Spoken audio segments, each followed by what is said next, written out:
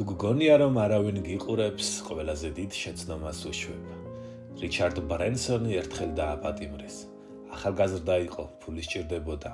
იფიქრა, ერთხელ მოვიტყუები და ამით არაფერი მოხდება, მაგრამ მოხდა. კამერაში, შიშველი ნათურის ქვეშ მიხვდა. შეგიძლია დაკარგო ფული, შეგიძლია დაკარგო ბიზნესი, მაგრამ თუ დაკარგეს სახელი, დასრულდი და მან საკუთარ თავს პირობა მისცა. არასოდეს გავაკეთებ იმას, რის გამოც ღამე ვერ დავეძინებ.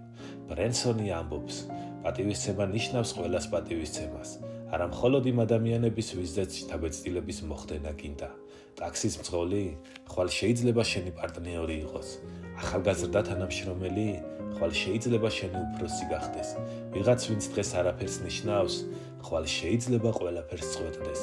ბიზნესში სწრაფი მოგება ბევრს შეუძლია. სუფთა რეპუტაციით გამარჯვება ერთეულებს.